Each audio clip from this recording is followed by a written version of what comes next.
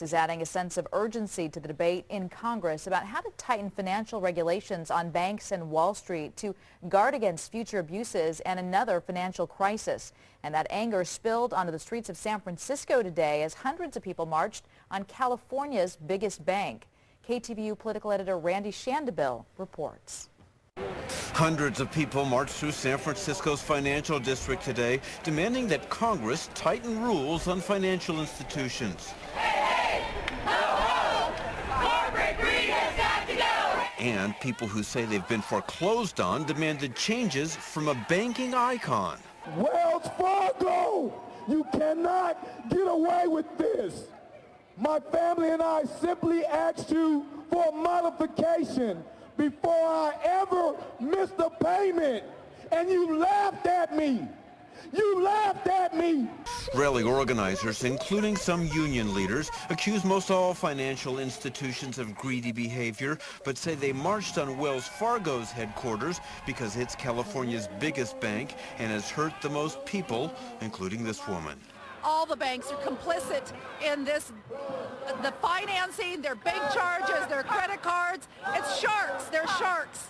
Such allegations have prompted President Obama to urge Congress to pass sweeping financial reforms, rein in banks, regulate them, and require more disclosure to protect consumers.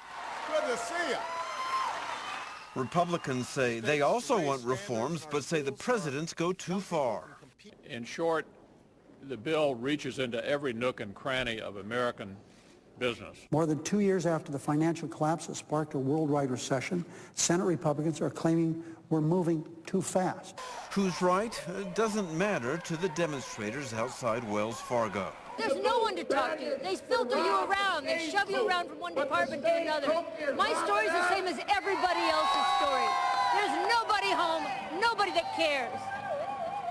And they're costing me everything. I'm in bankruptcy now because they won't talk. Wells Fargo officials told us they didn't know enough about the protesters' specific complaints to comment, but said they care greatly about their customers, have already modified more than 500,000 troubled loans, and through tomorrow night in the Oakland Convention Center, they'll have 200 workers helping people modify their loans. Despite partisan differences in Washington right now over how to tighten financial regulations, most analysts believe that sometime soon, Republicans and Democrats will agree on a financial reform bill. Why? Because it's an election year, and voters are angry.